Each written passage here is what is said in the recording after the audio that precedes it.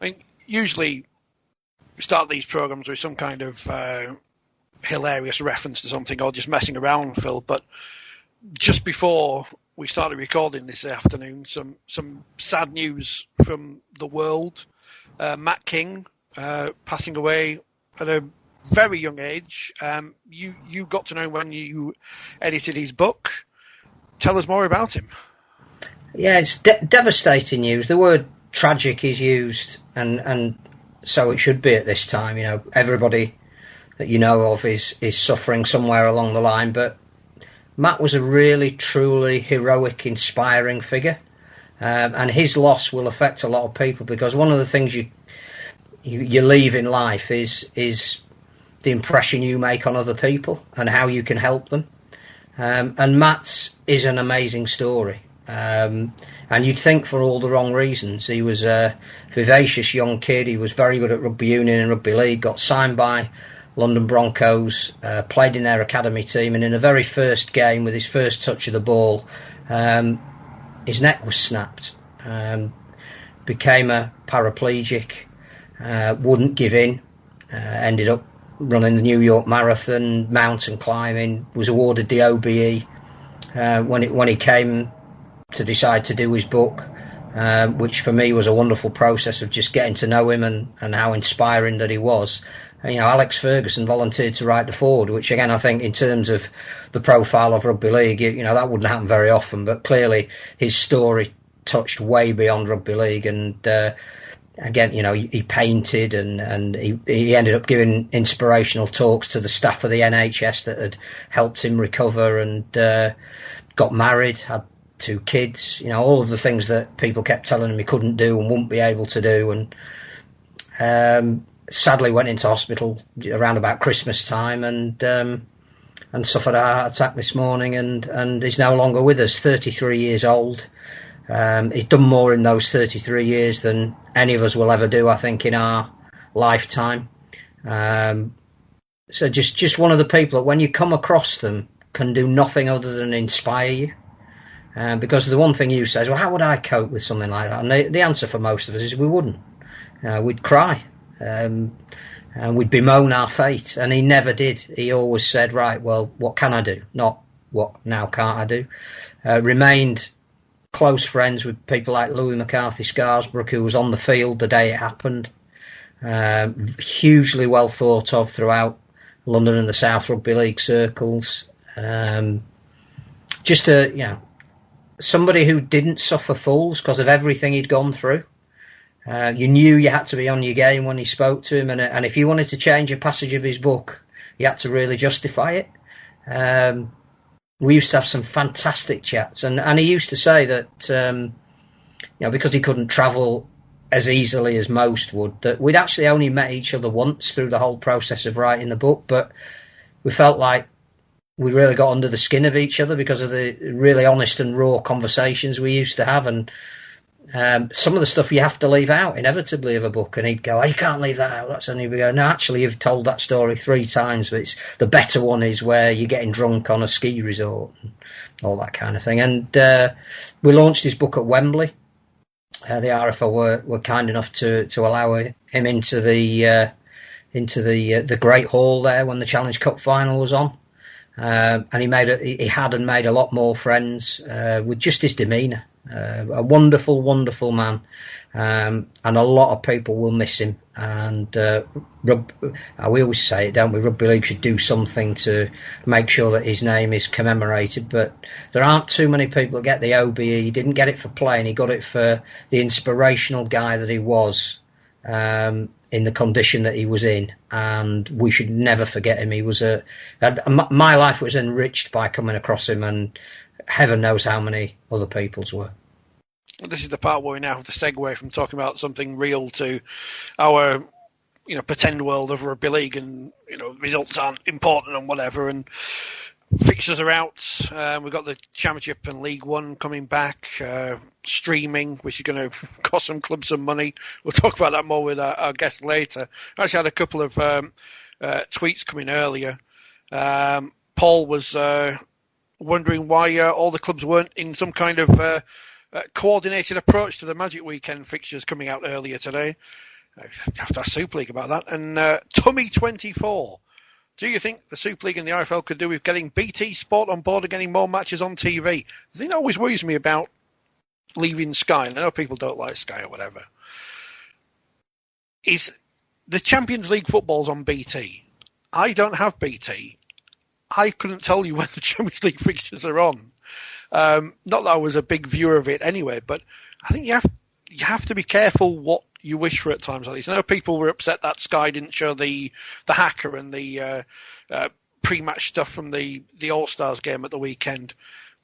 I don't know what people want and expect at times, but we do get it better than a lot of other sports. So be careful what you wish for.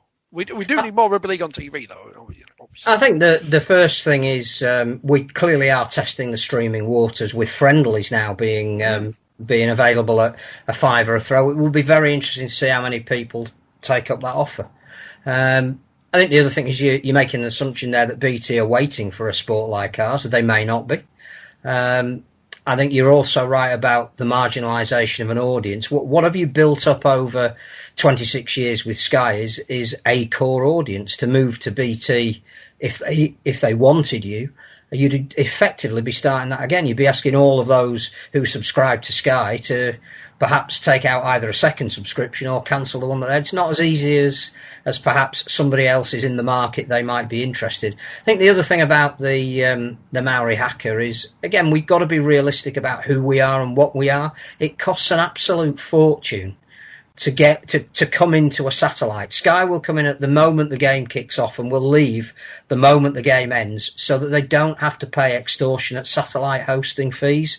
And the truth is, because there won't have been 100,000 people watching that game, it'll have been those of us who love rugby league, and we haven't seen the figures yet, but I'd be very surprised if it's over 20,000. 25 maybe. It doesn't justify the cost. And the other great thing is, if you integrate it with social media, you could have seen that hacker. All of the people who were complaining they didn't see it knew it was brilliant because they'd seen it on Twitter saying how brilliant. You have to make allowances. We have to know who we are and where we sit in the pecking order. So I think we are going to see a lot more use of streaming up until sort of May time, which is a month later than had originally been hoped for, with games being played behind closed doors. I think the first weekend you've got something like 48 games you can watch that have all been integrated into. You can watch them all if you want your eyes to go square. But great. Let's see what kind of reaction that has. I think the other thing about did we make the most of announcing Magic Weekend? It's so far away this year, we'll have a chance to re-promote it. What it shows you is when there isn't coordination between two different bodies, it's very hard to get a message out there. But all the Super League fixtures will be out on Sunday, and we can all complain about them then. Just touching on the streaming again, $4.95 seems to be, or whatever it is, just short of a fiver, seems to be the general price for a fixture. I saw people moaning, which spurred me into action on social media last week. Oh, it should be free. No, it can't be free because you've got to pay for this product. I don't know how they came up with the pricing. I'm sure they haven't just plucked it out of thin air, but you can't compare the cost of a weekend of Championship and League One action or whatever to what the NRL costs, because Watch NRL are taking feeds from whichever the host broadcasters are in Australia, not having to do anything necessarily. We, our league, I say we, as in I don't work for them, we in this country, have to do everything. Cameras, graphics, sound, commentators. That's all the cost. We'll ask later how much it's costing the clubs and how much they hope to get back, but it's not. I'm not saying it's expensive necessarily, but it's not cheap, especially if you're doing every single game. So, and we're not. I saw Rangers in Scotland were, I think, charging a tenner for their stream at the weekend, but they also had Clive Tilsley on board. So you've got an experienced commentator. They've got the full studio. They've got a host. They've got this and the other. That costs money, but also they've got a big fan base to pay tenner at a time at. Ice hockey clubs charging 15 quid for a stream. Scottish lower league teams charging anywhere between £5 and 15 quid. You've got to see it not as comparing it to Sky for a month, or the people who say, oh, Netflix is cheaper than the BBC. You're not comparing like with like. You're paying, in a sense, to go to a game. You know, it wouldn't cost you a fiver to go watch Leeds versus Huddersfield in a friendly. You might not want to go to Leeds versus Huddersfield in a friendly, but at least you can watch it for a fiver, and it's cheaper than going. Yeah, and I think we've seen some great French rugby league as well that's been on YouTube, and the netball has started, and some of that's on YouTube, and expectations are going to have to change. If you want the full Sky production, you will be paying a hell of a lot more than a fiver. So it will be interesting to see how it goes. They clearly are developing their own lines of revenue. We don't know what's going to happen with Sky. I still think the most likely outcome of all of these current negotiations is instead of an 8-year deal, we'll be looking at maybe a 2-year deal maximum, because the broadcast landscape's changing for Sky as well, as much as its subscribers. I think we'll get an amount of money that reflects a lower amount of time in that deal, enough to give security to the clubs to produce the best product that they can. And again, I just think there is a reason to be optimistic at the moment, in that we are getting some dates in calendars that look like they may happen. I think the World Cup issued a cautiously optimistic statement yesterday on the back of the roadmap out of lockdown. And that's the best you can hope for. And really, if after a year of not really seeing any games, you're worried about who your team plays twice, or where the loot fixtures fit, or who you've got a magic weekend, forget it. We've gone past all of that. It's not my place to say anything, but I understand there will be there's some good news coming up in the world of broadcasting and rugby league, but that's about all I can say at the minute. Let's go to our first guest. If I listed his clubs, we'd run out of time on Zoom quicker than you can say Jack Robinson. That's not the word, is it? That's not the phrase. It's been a long time. He used to be the chairman of Wigan. Yeah. One of the clubs our guests played for. Indeed, it is, of course, the former Wakefield Trinity fullback, and Leeds, and Warrington, Gold Coast Titans, Bradford, London, Castleford. We don't like to talk about that. It's Richard Mathers.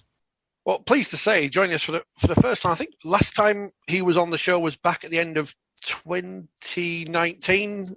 Everything seems to have merged into one since then, back when we were at in our studios in North Leeds, but he's back via the magic of Zoom. Please say Richard Mathers joins us. Richard, how are you? I'm very well, thank you. Thanks for inviting me back. Just reflecting on the last time that was on, and what a strange and different world we are in at the minute. But no, thank you for asking. All good this, and there's light at the end of the tunnel. I think it's been a tough old period for everyone, but personally, fine, thank you. Yeah, I think everyone's looking forward to whatever normal is on the horizon. Let's talk about rugby league. People want us to talk about what's going on the field. There's nothing of that at the moment, but the big news involving clubs last week was your former club, Warrington, Steve Price, leaving at the end of the season. What did you make of that news, and who do you think will be replacing him there at the Halliwell Jones? Yeah, if I'm being 100% honest, it wasn't a big surprise. I think he'd signed only an additional 1-year contract, or it wasn't a multi-year contract as normal contracts are. Obviously he's got a young family that are based over here, and if I'm being 100% honest, it's probably the right move for both clubs. I class Steve as a friend. I think he's a very good coach. But whatever, they've got the unwanted moniker around the neck of not winning the grand final.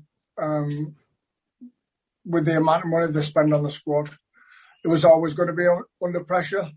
I think coupled with the brand of rugby that they played last year, wasn't Warrington-esque.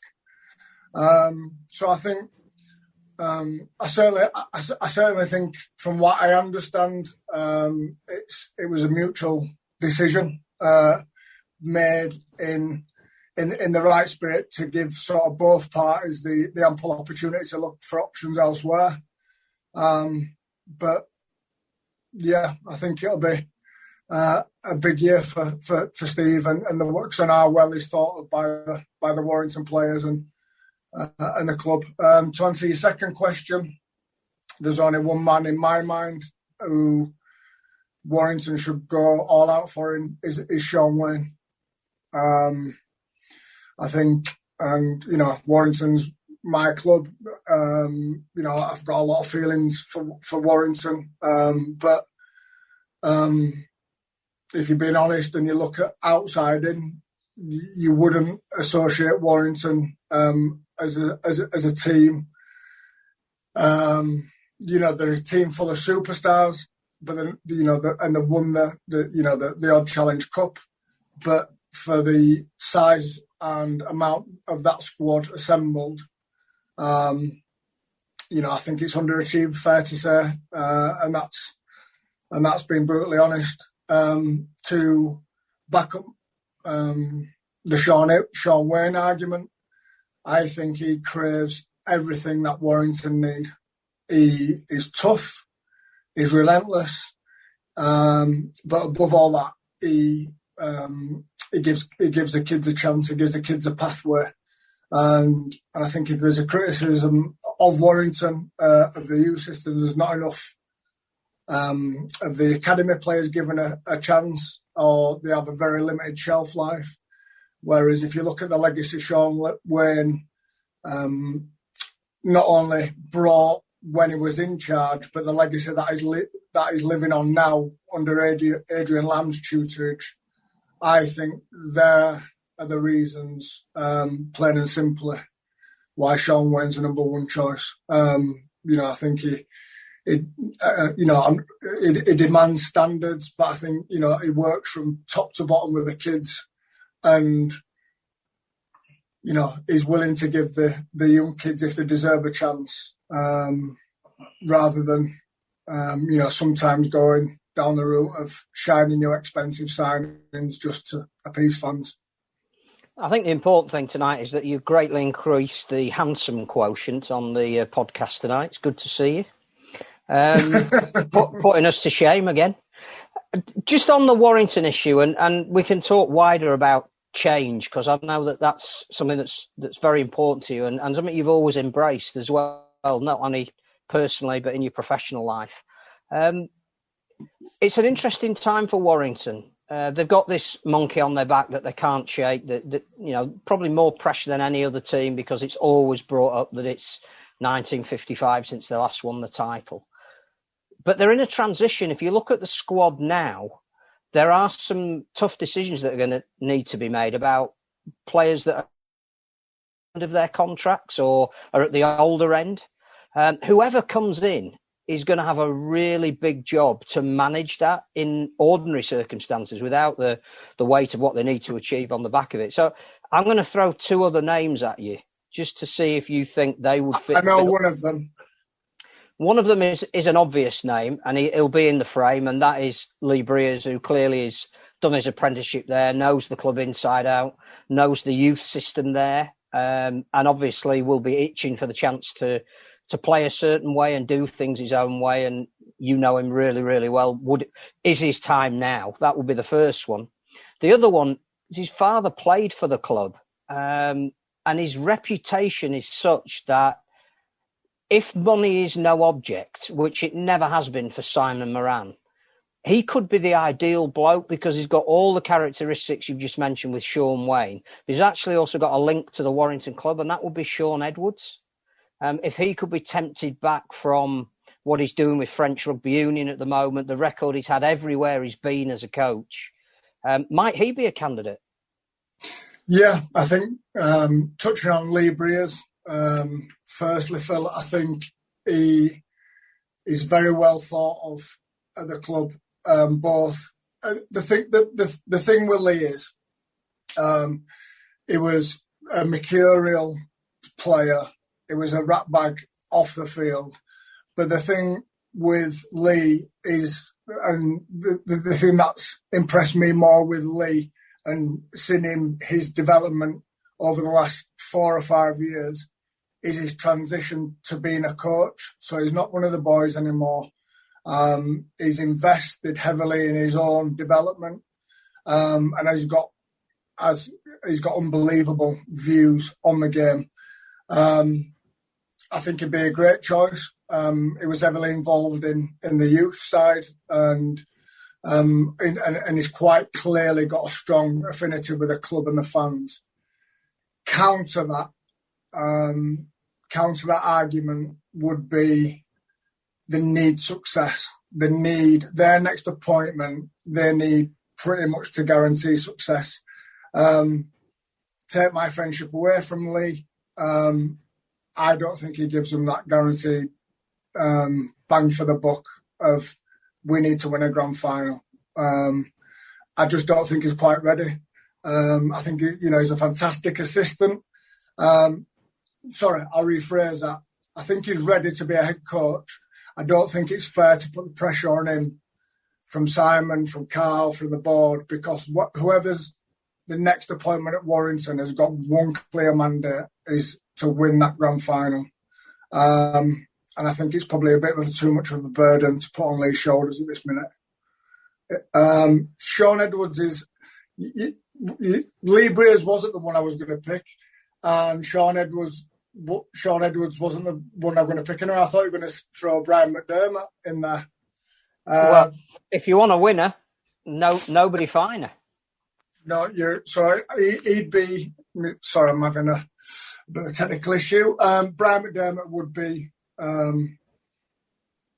a great choice as a winner. He's free, barring any sackings and poaching this year, but is a proven winner, as we know.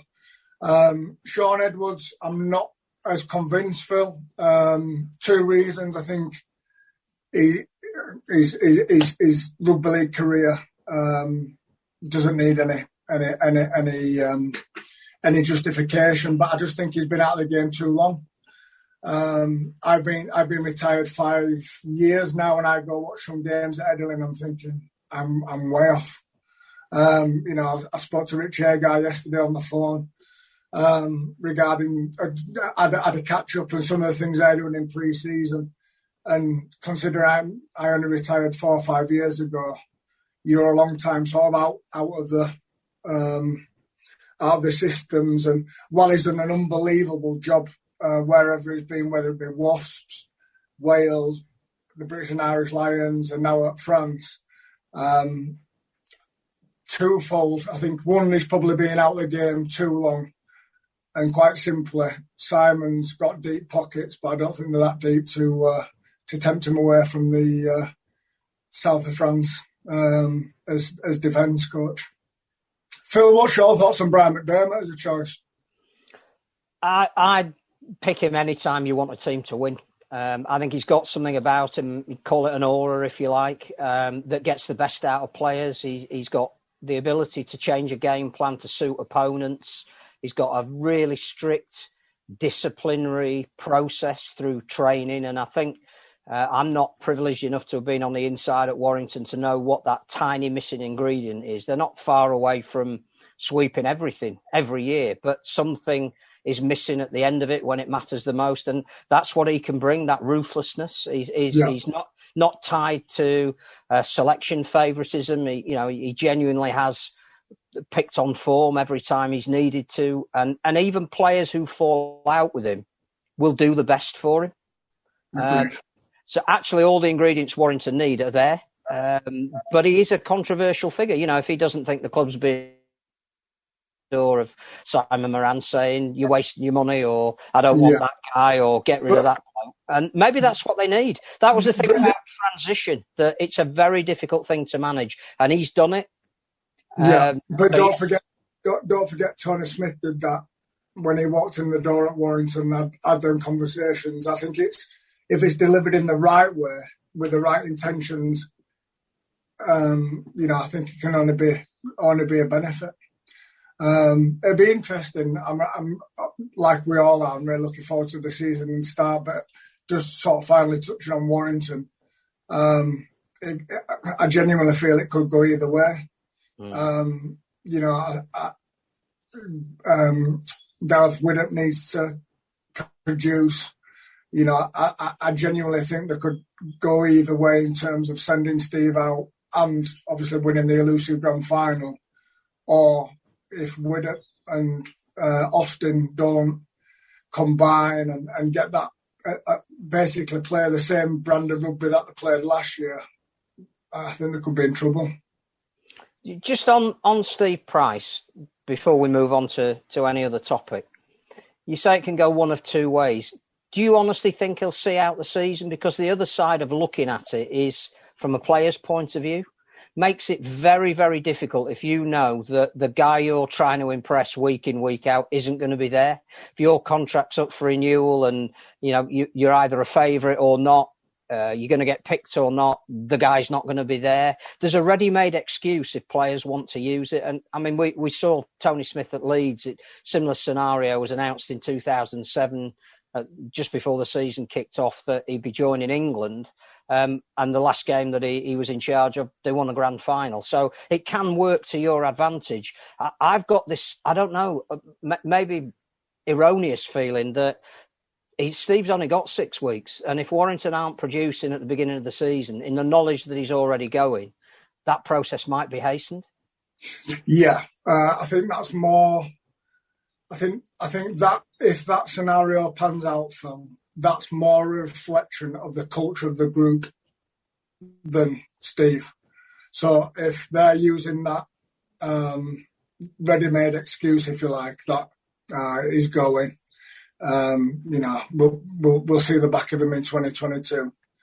In my mind, that's more a reflection of the culture of the group.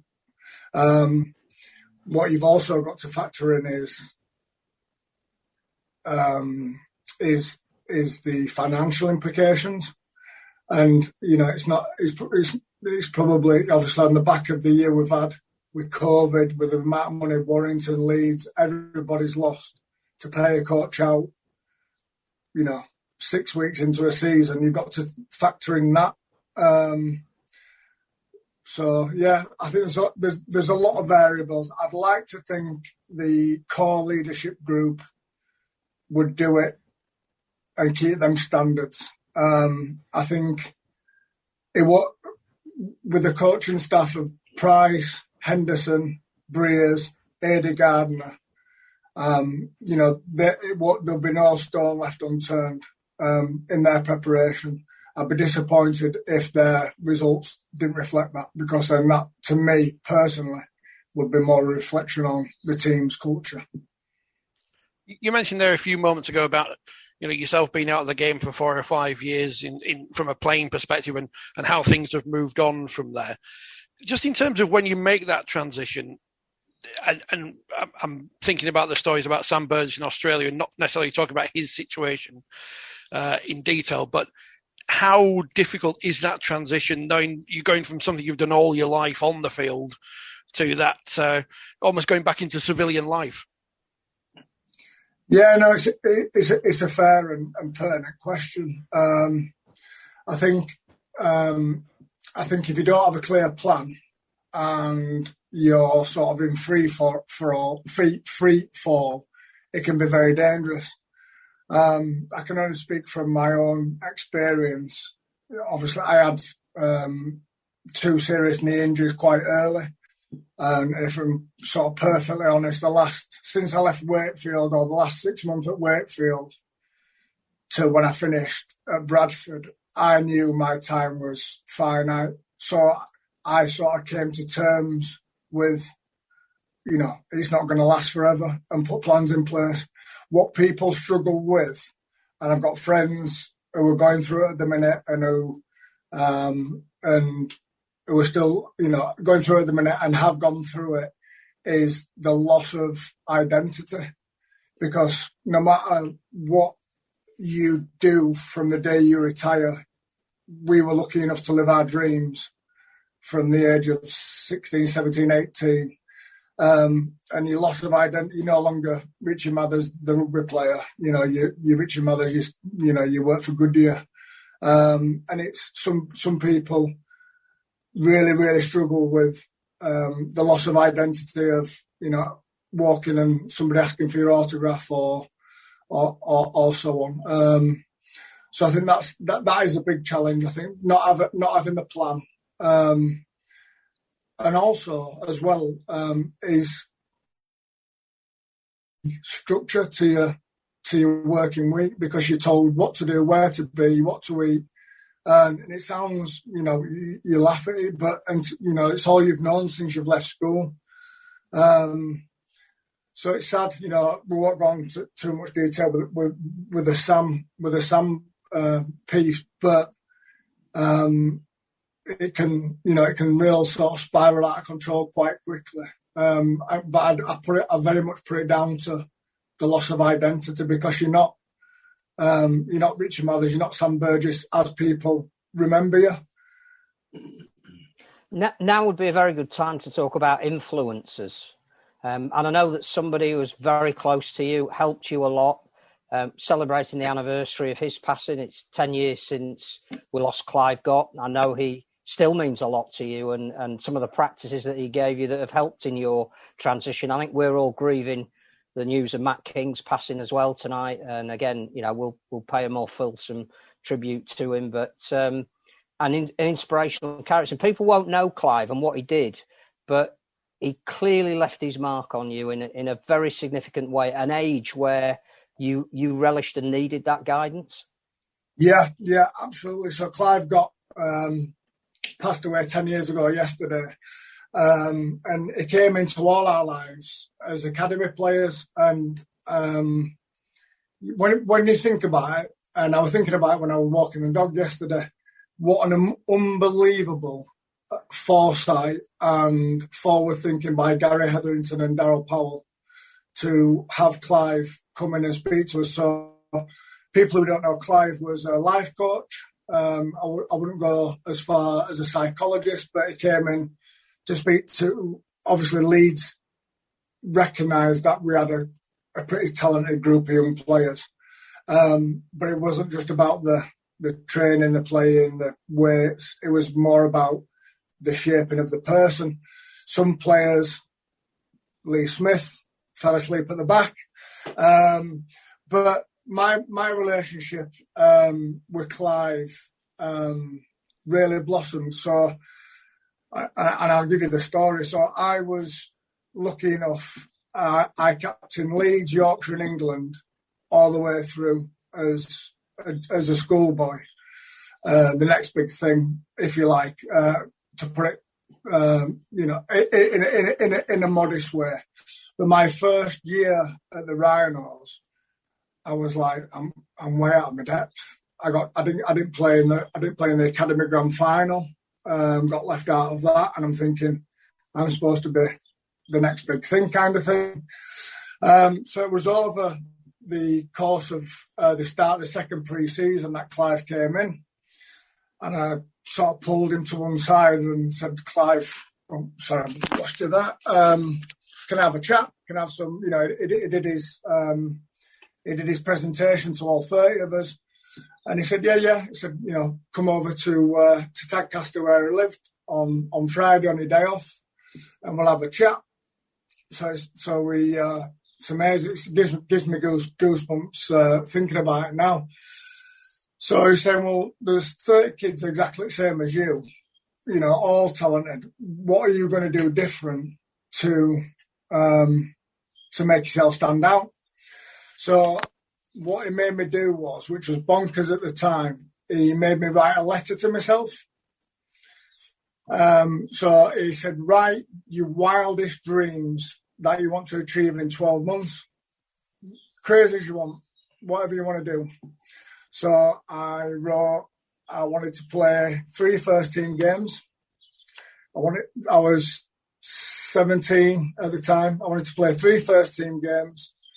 I wanted to pass my driving test. I wanted to go to holiday to Mexico. I wanted to save £5,000. I wanted to buy my first house. He made me sign it and date it, and I give it to him. Completely forgot about it. Saw him again. Saw him throughout the year to the day. The letter came through the door. Opened it. I'd made 9 first-team appearances. I'd been to Dominican Republic and Mexico. Passed my driving test. saved the amount of money we'd said, and got my first house. And it's not about the monetary things. It was the tools to make me different, to make me realise that I needed to go a bit extra and not just rely on talent alone. So I made a conscious effort of being the first in, last out, the most enthusiastic. It was back in the days of Majestics on a Thursday night where £10 in and drink all you can. Knocked that on the head and made some real sacrifices. And yeah, to this day, I've still got his MP3 on my phone, and I listen to it every anniversary. So I'm sorry, I get a bit emotional, but yeah, it was a special man, Clive. And including in all of that is change and the things that you need to do to change your life. And I think you're one of these people that live by the maxim that if you always do what you've always done, things will always be what they've always been. And you made some really people would have shied away from, not least going and playing in the NRL. And I know now you're doing charity stuff that normally you would have said, what the hell am I doing jumping into Roundy Park Lake at 7 a.m? Well, it was cold. I can't imagine. But you've always had change at the forefront of what you've done. You've never been frightened to test yourself.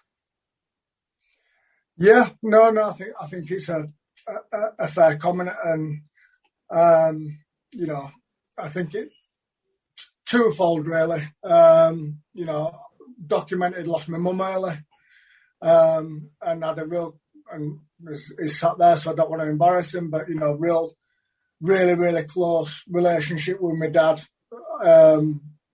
You know, obviously pre my mum passing, but even more so when my mum passed, and I think it's always been driven by that as a sounding board. So to the Gold Coast scenario, I was never going to go to go. I think we spoke about it before, but I went over to have a few days with my dad in Spain, and he said to me, he said, look, it's your career, you know, you do what you want. He said, but you'll get to 30-year-old, you'll be married, you'll have children. He said, you'll always wonder what if. So that's what brought that about. And I think I've always been one of them. I've never been impatient, Phil, but I've always thought, well, am I getting best out of myself? You know, like, you know, am I testing myself in the right way? And it's not that I get bored easy, but it's more of a challenge of what else can I do different. So, like, you know, when I retired at Bradford, the welfare role at Warrington were massively grateful at the time, but it wasn't. It wasn't forever, and I knew that it was a stepping stone to able to get into further opportunities, and then sort of quickly realised change again, inevitable. You know, that the relationships I built from the commercial side of the business really, you know, fitted where I wanted to go from a career path. And I guess the biggest post rugby, you know, and I'm really proud of it, and I say it unashamedly, was coming out of the game and going and working for Goodyear as a blue chip company. Was a massive leap of faith from them, but obviously must have saw something in me. But to then go and do something, because I know rugby inside out, you know, coaching or doing, you know, comfortable doing these things, but that change of going to a completely different industry of rubber and tyres, and you know, but looking back, it was one of the best things I've done, because it, you know, it sort of tested your skill set, and it challenged you. Like with the first 3 months, I'm like, what are you doing? You could have stayed playing golf and taking customers out on corporate days. But the actual change of environment, but also change of rugby league. And I'll always be indebted to it. As you know, I mean, you were a long-time friends, Phil. It'll always be a big part of my life. But it was also important to make the change to see actually what's out there in the big wide world. And so far, so good. I'm going to take you back into the world of rugby league for my final question. We're coming up to the time now where players you would have played with and against are becoming eligible for things like Hall of Fames. I always think it's harder for the modern day player because we see every single minute of every game somehow, so we can judge you based on everything, whereas players in the past, it's just bits of videotape, and we're not too sure how great they were. I thought you were just about to announce me about going in the Hall of Fame. You can't do that to me. I don't have any power. Go on, sorry. That's okay. But of the players you've played with and against, who do you think will be the ones who will be remembered for the longest time going forward? Well, quickly, before I answer that one, tell you when you know you're old, when Adam Milner's getting a testimonial. I saw it on social media, and I remember rooming with him in France when I just joined Castleford, and I saw he was having a testimonial this year, and I'm like, goodness me, you're like a dinosaur. Out of the players I've played with, it's a tough one. I think you can't look past Danny Maguire for what he did for Leeds, Super League tries, and I think Jamie Peacock, unbelievable. Chris Radlinski was phenomenal. I'm trying to obviously you can't go too far back in terms of Ellery Hanley, who was a massive hero of mine. People like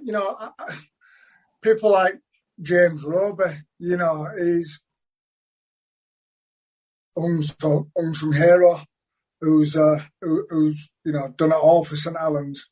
So I think it's a tough one in terms of Hall of Fame, and it's one of them where it won't be probably till another 10 years that you actually really, really appreciate what them players were. Gary Connolly, what a player he was,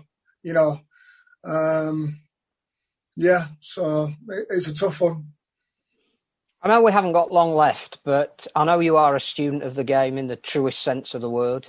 And we talked about change, and things have got to change. Nobody could have predicted what the sport would have to go through, what life would have to go through. But almost it's a timely reminder that, again, if you keep doing what you've always done, you'll always be what you always are. Absolutely. And this is an ideal opportunity for the sport to be a bit different, to truly be innovative when it often says that it is and isn't. So in like the 4 or 5 minutes that are remaining, what are a couple of things that you'd like to see happen as we move forward? Can we extend it? No, I think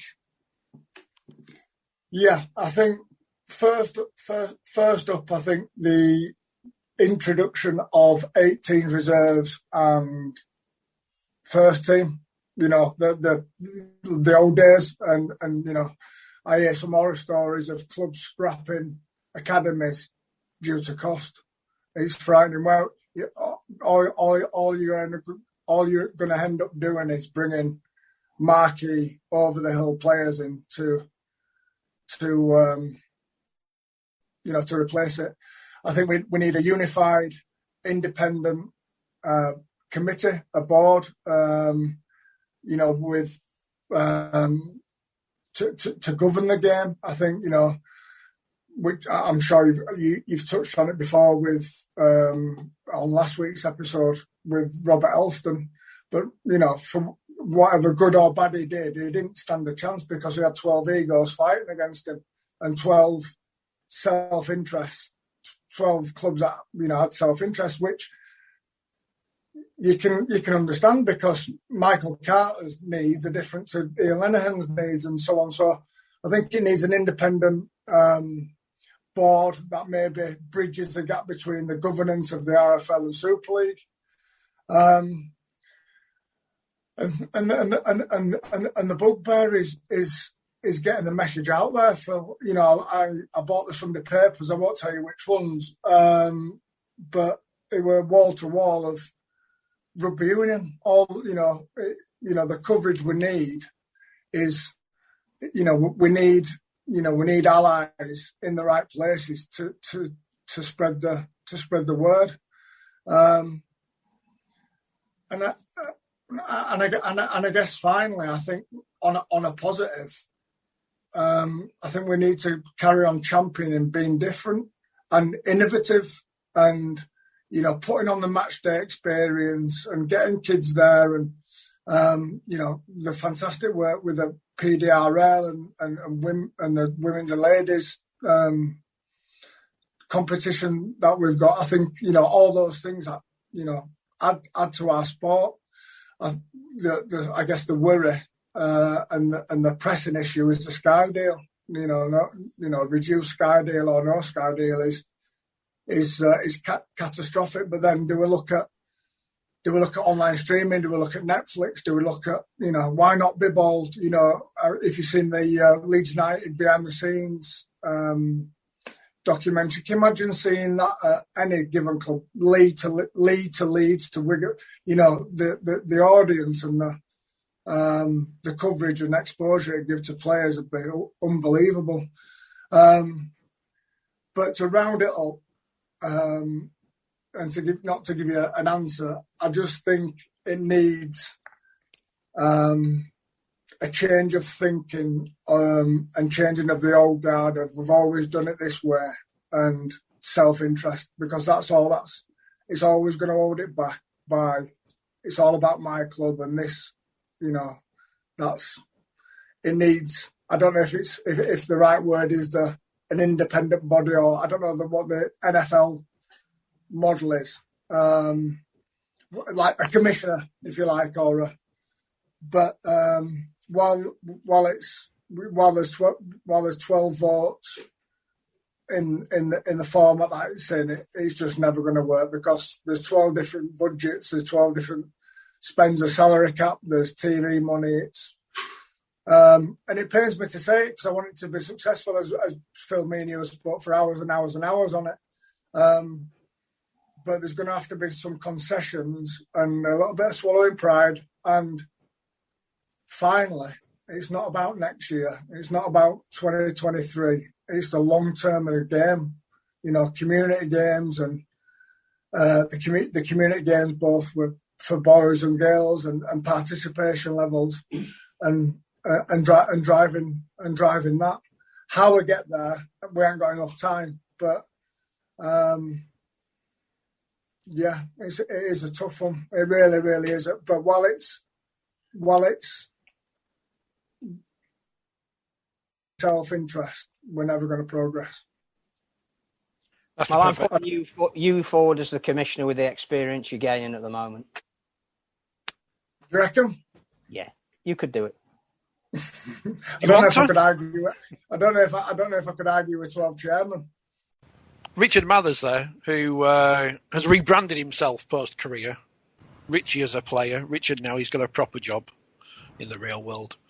I do think one day I'm going to rebrand myself, because remember, all our viewers who remember World of Sport, of course, which famously 60s showed amateur rugby league, and that's why it should be on in the 2010s or 2020s. Good old Dickie. You could do Dickie's hair at the moment. I know, that's the thing. And he originally, in the earlier days, after Eamon Andrews left and he took over, was Richard Davis, until Jimmy Hill said they should rebrand him as Dickie. DD. Dickie Davis. Who would have thought? Coventry legend Jimmy Hill. You'd sell the sport on a Dickie. Who would have thought? Mr. Mathers there, speaking a lot of sense as ever, and always honest in what he says. I think we need to see him more on TV and radio, because he does speak honestly about the game. And I think what struck me was when speaking about the Warrington job, wasn't afraid to say, he's mates with Lee Breers, but perhaps he's not the man who can guarantee them a grand final victory, which is refreshing to hear from someone. I think he's right as well that that is a high pressure job if that's your first one as a head coach. Because if you don't get it right, and you're not going to get any leeway for having been a legend, pulling on the shirt and dropping all those goals, where do you go if it doesn't work? And I think, speaking to Sean Long the other week, he's seen as well that being an assistant under a regime like Richard Agar and Kevin Sinfield, where there is great experience there, he can bring something that is his style and stamp of play, but he doesn't need the pressure that goes with you're expected to win every week, and nobody has any time for a team that doesn't seem to be playing in an effusive style that is linked to the colour of a shirt, and it's a real pressure that goes way beyond whether you can coach or not. And I don't know whether Lee is at the time of his life where he would relish handling that and go on and be a great coach. I think that's why, again, the obvious emerging candidates are people who have got a winning record. Now, Sean Wayne's style of play may not suit some fans, but if it was successful, I think they would certainly put up with it in the short term. Brian McDermott wouldn't give explanatory interviews as to why he was doing what he was doing, but what he was doing would be generally successful. That's just how he operates. He wouldn't be flavour of the month at every fans forum, but that's not why he's there. He's there to win the games that matter, and his record says that he can do that. And that's why I threw Sean Edwards into the mix, because I think that there is a point in everybody's career where they do say, yeah, rugby union's been good to me. I've achieved a lot out of it. I've sort of enjoyed the roles and seen a little bit of the world. But I'm a league lad, and I'd like to go back. We know how close he was to pitching his flag to Wigan, and whatever happened there, we may never know. But his dad played at Warrington. I would love to see him back, and even talking to the Barrow guys, everybody's saying we need to do more to promote the game. We need to tell people that we're out there. We need to get personalities involved in the sport that people are going to want to report on. Well, with the greatest respect, Sean Edwards is one of those. And again, a touch taciturn, but I saw him give an interview in French the other day. And the fact that he was prepared to even basically learn the language to get his message over to the players tells you how thorough he is. And yes, you might have to break the bank to get him, but one thing we do know from Warrington is the one thing they will do is break the bank. So I'd throw him into the mix. I don't know what Brian Bevan would say about that, but clearly worthy of being a candidate, I would have said. Two things, and you can tell this programme's unscripted. We haven't spoken to the Barrow people yet, so we don't know what they've said about promoting the game. I suspect that when we speak to them, one of the things they'll tell us is that they're doing really well up there, but the sport as a whole needs better promotion. If I second guess what they might say. Imagine that's what they'd say, yeah. If we ask them that question, that's the kind of answer we might get. Sean Edwards speak French with a Wigan accent. Because I know when you go to Rugby Union, you tend to lose the accent. Jason Robinson, Andy Farrell, Andrew, they don't sound like they're from Belle Isle and Wigan anymore. I wouldn't like to rate his French. It sounded a lot better than any French I could do, but there was a certain twang about it, yes. A bit like the English policeman in Hello, Hello, Officer Crabtree. Yeah, I wouldn't say that in front of Sean ever. But no, commendable that he was taking a training session whilst talking to his players in their native tongue, and it was clearly having an effect. Hopefully, they're all COVID free. The sport's rubbish. But we don't want them. One of the potential issues on the horizon is whether Toulouse and Catalan are going to have to base themselves here after the quarantine laws look like they're going to be amended, and that may cause an issue. So there's still some things to play out for sure. Air corridors, and I don't understand any. I don't think anyone understands anything. Tomorrow. I think everyone's getting a bit overexcited at the minute. That everyone's going to be in a pub on, was it June 21st or something? Just calm down. Calm down. That he's going to be out there. Do you remember when Wigan and Saints were going to play at midnight because they could have a crowd, and then we ended the season without a crowd at a single game? So I think people just need to calm down. I know we all want whatever normal is, but just calm down a bit. I think the encouraging thing is it looks as though we're going to get some sort of a crowd for the Challenge Cup final. Yes. Which, that's a major event on terrestrial television. Looks like we're going to get, a crowd at the grand final if things roll out. So, crowd at the Magic weekend. They're talking about how you can get a ticket. Well, that assumes that tickets are going to be on sale. So, yeah, let's make the most of it. Magic weekend details snuck out at 1 o'clock. I'm really looking forward to see Wakefield play Huddersfield again.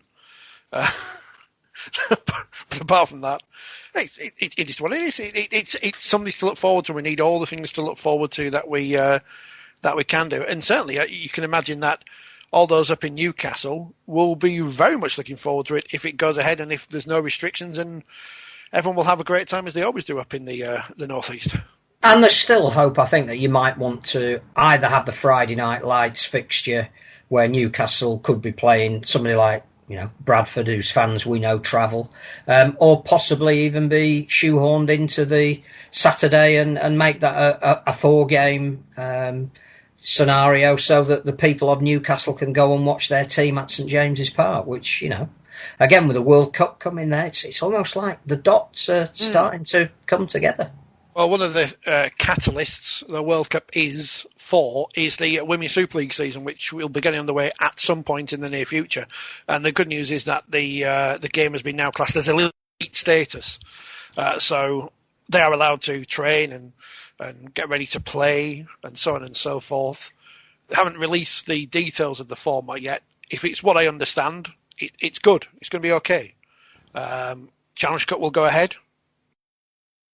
I don't know where the final is going to be played, but we'll see what happens with that. It's at least things are getting back on track somewhat, and the women need the games because the World Cup coming up, and the Aussies are playing, and the New Zealanders and Canada are confident, and no one knows what's happening with Brazil. But we need to be ready because it's going to be that Canada game could be tough if they play as well as they talk a game.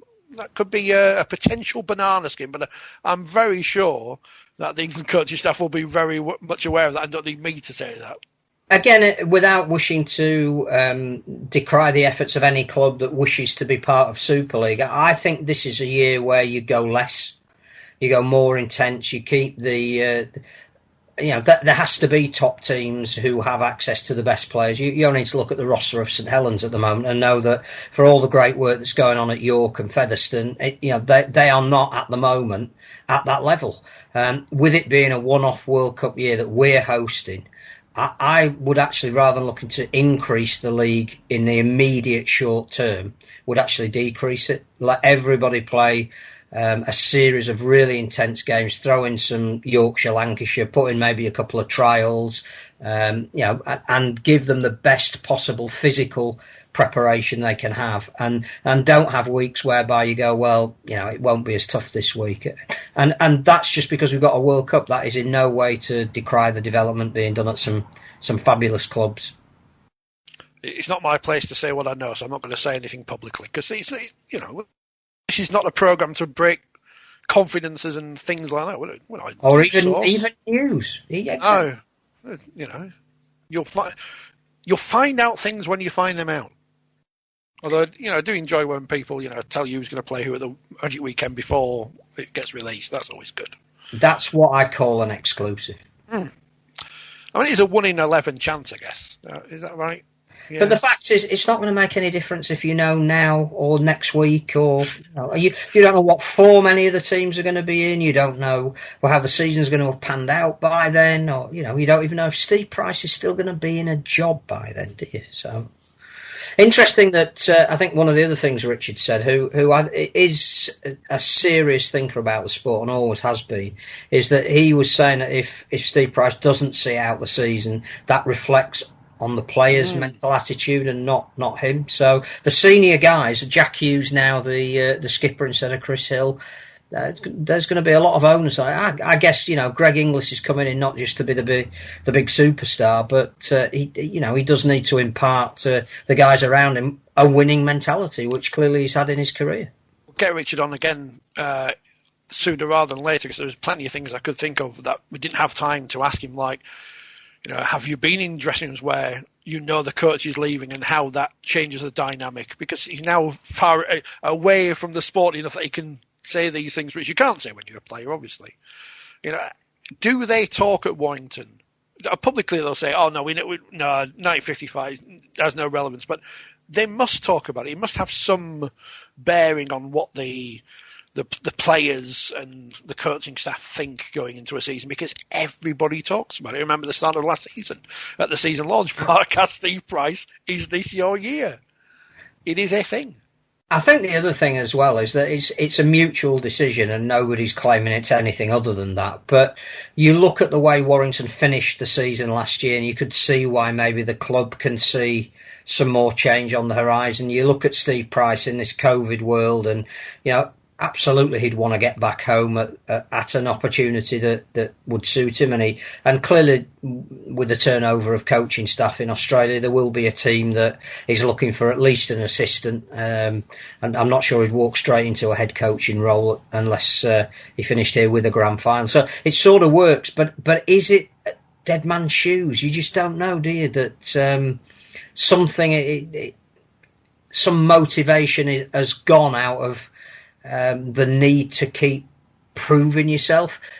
Absolutely can work the other way. Say at 2007 at Leeds, it clearly did. You know, the willingness to want to win for Tony Smith was palpable throughout that year, and there was much celebrating from all when they did. But I just don't know with Warrington. There is it's not about the talent they've got access to. It's something that is imperceptible that isn't there, and you sometimes think if it's not there at the beginning of the season and the guy who's in charge of it is it going to be there at the end of the season? I genuinely don't know. What Warrington need, of course, is a netball team, because obviously, you know, Leeds, Surrey the other night, that was good. I saw none of it. I just saw the result, but I've heard Surrey are good. I don't know why Saracens have got, like, the Saracens Mavericks. Why aren't they just Saracens? Because that's already a daft name that has no geographical bearing on anything. I don't understand that. But I have to say I have watched 3 games. I know no more rules than I did when I watched the first game. You can't move, can you? Isn't that the rule with the ball? No, if you've got it in your hands, you can't go for it's travelling or something. No. But the way it's presented to the non-aficionado is really good. It's fast, it's athletic, it's skillful. But the presentation, and probably because it's new to us, you find the commentators are really good, the analysts are really good, the in-studio is really good. The building up of the duels between certain players is really good. I have enjoyed it, and I think you, as the youngsters say, you do have to have skin in the game to watch it in the first place. But I think once you watch it, it's very easy to captivate. I've not quite got the bug yet, but I'm sure there's nothing else on, you know. There are lessons for Rugby League. Well, but we said this forever on this programme. We're too insular. We need to look outside of our box to see what we can learn from other sports. There's nothing wrong with that. Absolutely. Well, now is the time. Now is the time to learn things. What I think is interesting is we've tried to do some podcasts with different people and given them the space to talk about how they see their sport developing. And when we spoke to Wales, it was we're going to prioritise the women's game. When we spoke to Ontario, we're going to prioritise the Masters game. I think we've spoken to Whitehaven and Workington. Can't wait to speak to Barrow. But I think they'll stress that, you know, the community game is something that's really high up on their priority of, maintaining that there is a presence in Cumbria that relates to people there, that there's an identity, and all of these things is more than just putting a team on the pitch, and there isn't one strategy that fits all, and I'm not sure we've been wide-eyed enough to take stuff like that. You know, it wouldn't suit every club to have a netball franchise. But it wouldn't do any harm for a couple more rugby league clubs to be investigating other sports that they could lend their names to and spreading their influence that way. And it may well be, Warrington Wolves basketball team in the National Basketball League would be a fantastic avenue for them to appeal in their own area, but get the name and the brand better known outside of the traditional support base. Hull is a fertile area for sport. And anybody who carries that Hull badge, a boxer or a dart player, there's a whole community that'll get behind them. And it may well be that we have to be more than just the 13 guys that run on a field every week and wear historic colours. Up the Pirates. I think they're still around, the Hull Pirates. People listen to this podcast. Up the pylons. Well, yes.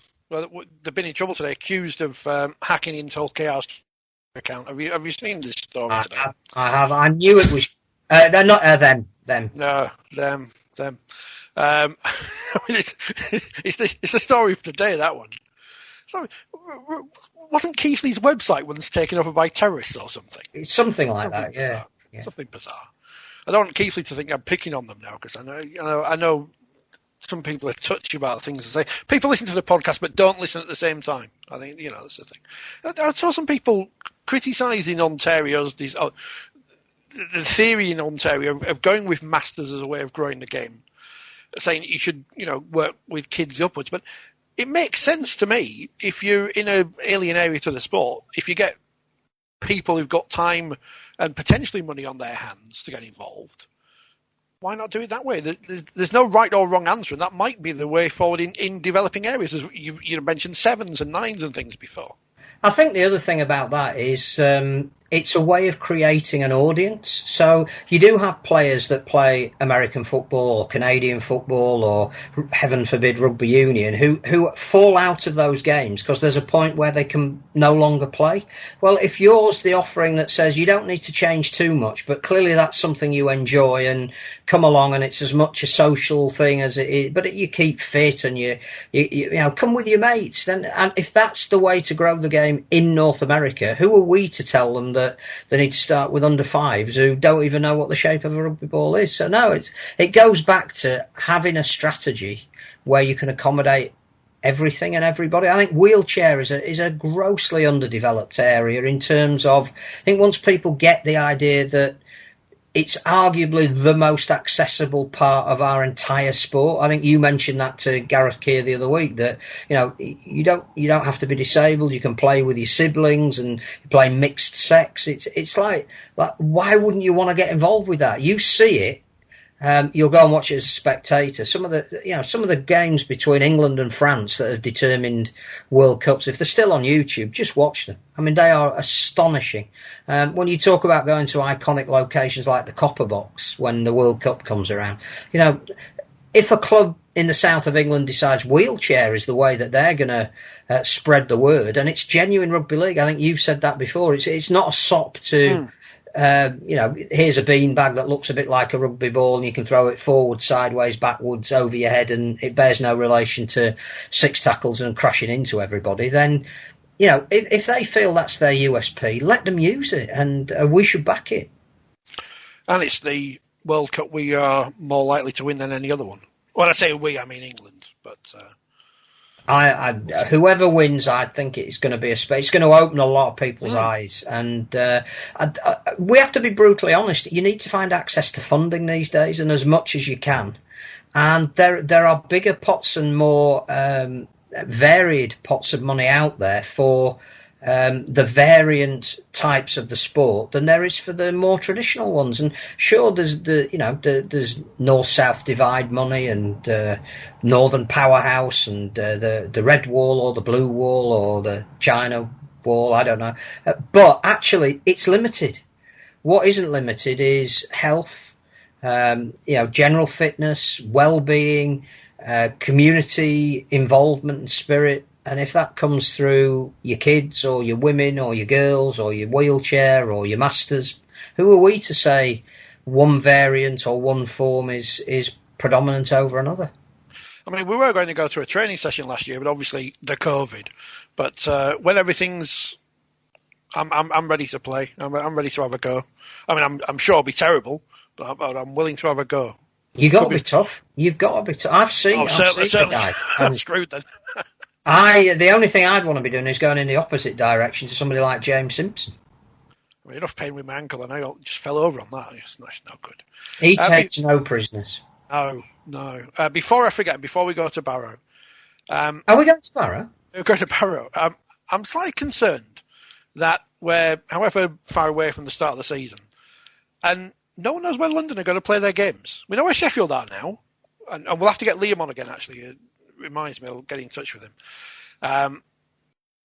Sheffield through no fault of their own. I'm not saying London situation is through any fault of their own, but they don't know where they're going to play their games. I think they have put in this bid to the new Wimbledon.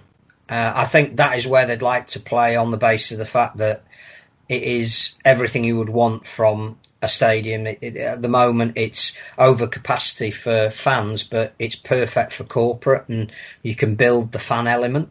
But I believe there's some unusual ownership over that stadium, and it is a community facility, and trustees have got to vote for you to come in, and that's a more lengthy process than ringing up Ian Lannigan and saying, can we come and... Well, not Wigan, clearly, because they don't own their own stadium. But, you know, you can't ring up Gary Hetherington and go, can we come every other Thursday?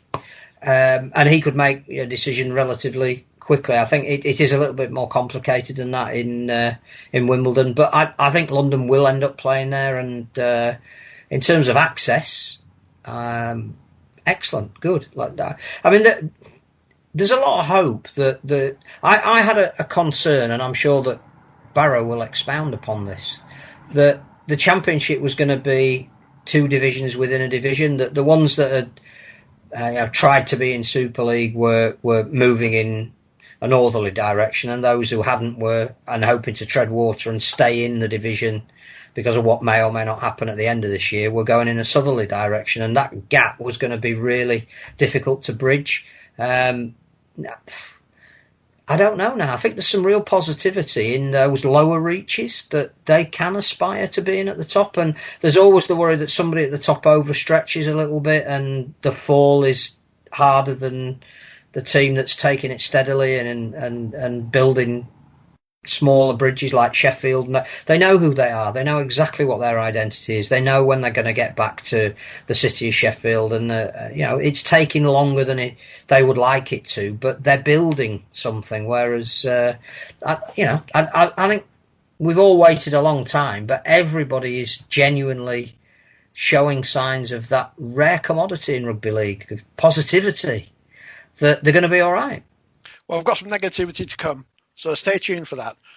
But first, let's head to Cumbria, the south bit, the bit you can see from Blackpool. It's Barrow and their chairman, Steve Neale, and their coach, who, following in the footsteps of Gary Schofield, who he had a decent record there until he got sacked. But he's had a much better record than him. It's Paul Crarey. Gentlemen, Steve, Paul, thanks for joining us on this edition of 4020 Not Live. I'll start with you, Paul. We're almost a year since the last matches. How ready are you to get back onto the field, get your men back onto the field? We're absolutely flying, really. We're doing really well. Everyone's keen. We've come in with a purpose. We've got some great experienced players. Adam Warren, Sean Lump, Ben Harrison have come in this year. And, they've been great with us. They've bought into everything we've done. Very enthusiastic. We've got a great balance across the board. Some good kids coming through, which is our plan, to keep bringing these kids through, and a mixture of players that have been around the Championship for a few years. So we're pretty excited, and training's been going really, really well. And Steve, I'm guessing as much as the players are getting ready to get back on the pitch, you want to get fans back in the stadium and get some money back in. Yeah, absolutely. A ray of hope yesterday that it's the uncertainty that kills you, and not knowing month to month when they're coming back. But we can live with a date wherever it is, and now it seems as though it's May the 17th. So for a limited crowd, and probably big enough for what we want. And then 21st of June hopefully for unlimited, unrestricted crowd. So it's been a long journey trying to get the club back onto the playing field. We're still waiting some of the finer detail of what was announced yesterday, and there is some talk that capacity is based around seats rather than standing, and it may well be that standing areas they'll hold off because you can't socially distance them. Would that cause you a problem if that was the way it's operated to begin with? Well, I've had a meeting last week with our local council, and that's one of the protocols that you've got to go through to get the approval to have spectators back into the ground. They've been on various courses, the local councils. I expect all of them have been on it, working out like a COVID calculation based on the surface area of your terracing and such like. So, as it happens, it's not too bad for us. It's come out about 2,800, which, when we've got average crowds of 1,400 and 1,500, we're quite happy with that. So even though the seating area will probably quarter because of, miss a row, a couple of people together and a couple of seats missing, etc. 2,800 for me, quite happy with that, to be honest. So hopefully we'll be able to, go with that capacity and work on filling the ground. Before we sort of look forward to what we can expect from this season, both on and off, let's look back of how you've coped as a club with not effectively being open for close on a year, and then how do you deal with the playing staff when you can't be with them and you're monitoring them, I presume, at length, and then you bring them back in, you've really got to look after them. So it's sort of been impossible for us to understand what you must have gone through. But how hard has it been? From a club point of view, obviously, the job retention scheme has been a lifesaver in terms of paying 80%, 70%, 60%, whatever it may be at the time of the wages. But we were very, very quick to be active and diversified into lots of other areas. You may have seen that we put a big beer garden on the pitch throughout the summer, and we had pop concerts, and probably the biggest pop concert in England, only a couple of thousand, but we were really proactive, and we've managed to actually come out of COVID better financially than we entered it. Obviously, as you say, the wage bill has been helped enormously by the government. So as a lot of the clubs may have felt sorry for themselves and felt that they were just going to rely on handouts and such like, but we were really proactive. Our sponsors, I must say, have been fantastic. Almost to a man, they've kept the sponsorship deals from 2020 and not looked for refunds. And the same with the supporters. Again, they've been fantastic in terms of season ticket refunds. Obviously, one or two have asked for a refund. Some people are really, really struggling with their personal lives, but generally, we've been really well looked after by our fans and sponsors, government, and such like. So that for the club, we're stable, we're fine, and we'll go into this season with optimism off the field. Paul's probably the best one to answer, how the players have coped with it, and he's been in constant contact with them for the last 12 months and only really got them back in December. So I'll pass on to Paul for that one. Yeah, I think we've done really well. We've got a great conditioner, Paddy Mayer, who's been around the professional football game for a long time, and Sean Riley, who's a new physio, has been brilliant with us, and we've had programmes running for most of the year, thinking we're going to get back, but we never did get back. So, they've got programmes to do away from the club. A lot of the lads have come in probably in better shape physically than they were last year. Probably lost a little bit of weight and the muscle's gone a little bit because there's no gyms and stuff, but physically, aerobically, they're very good. So, they're probably itching to get back. It's been difficult. The club's done a brilliant job. I think we're one of the few teams that have been paid 100% of our wages through the pandemic, and that's credit to the board. The players have recognised this and have spoke to me about that when renegotiating contract deals. So it's been pretty easy, really, for our staff. We've been well looked after. Steve's very good. He's on the phone to me, probably sick of me most nights at 10 or 11 o'clock. I ring him, but he's working all day, and the board is probably one of the best boards I've worked under since I've been here, and I've been here quite a long time. They're so proactive, and it's probably the most difficult period, in the history of the game, this to get through it and come out the other end. And we're probably in pretty good shape financially, and with our playing group, to make a good challenge this year. Got the Challenge Cup will be the first time we'll see many teams in action this year. What did you make of your particular draw? I think it's always tough going to Oldham. It's a small ground and they're a very physical team, but we want to strive to be a championship club, and there was nothing between. I think we got beat by 4 points last year in a game against them, and we had a try which we should have scored in the dying seconds to win the game. So we know a lot of their players. They're probably, no disrespect, but they were like us, a bottom end championship team. Always struggling for financially, so they're always going to be around that. So we're going to go there and have a good shot. Will anybody be prepared after 12 months of not playing? Then we've had a graded return to play, contact-wise, and everything's limited what we can do. We've gone from 3 sessions a week to 2, which is a Wednesday and Friday, whereas we normally go Monday, Wednesday, Friday, and sometimes a Saturday morning. So, just to get back on the field's a massive plus for the game, and nobody knows what to expect. No matter what preparation you do, there's going to be no video. We can't look at video of them or anything like that. No friendlies before. So everybody's going into it real cold. So, the big plus is that we've got a game after a long break, but probably the downside is nobody knows what to expect in terms of your own playing group. And we're going to use it to have a look at some players and go with a very experienced team when we go to Oldham, because I think that's what we'll need in that game. And it's not just the fact that you haven't played for 12 months, you've got new rules to play under as well. Yeah, and we're actually practicing that at training and, repeat sets. We've done a lot of graded contact when we first come back. I think the block before Christmas, I think we did 5 or 6 weeks. It's really helped us. And, we went really hard, but with guidance off Sean and Paddy, who is, I think he's a lecturer at one of the universities as well. So he's very astute. So, everything's been graded and we've come out the other end. We picked up a few niggles early on. 3 or 4 players early on when we started back, but we've got through that now. So, I think we'll be ready physically, but again, contact's a different thing and you can never emulate what's going to happen in a game, repeat set, stuff like that. And the new rules, we've got to get used to that. But we've got one of the referees coming down to do a session with us before we play Oldham so that we know what to expect and how to adapt and if we need to change things and practice different things for different situations. You mentioned the quality of the experienced players you've managed to attract, which will make you incredibly competitive in a division that almost splits into 2, and you'll be looking at ways to bridge that gap. But how have you managed to attract them? Because Barrow hasn't always been the easiest place to get players to come and play at. Yeah, we've been lucky. Good news travels fast in Rugby League, but bad news travels faster.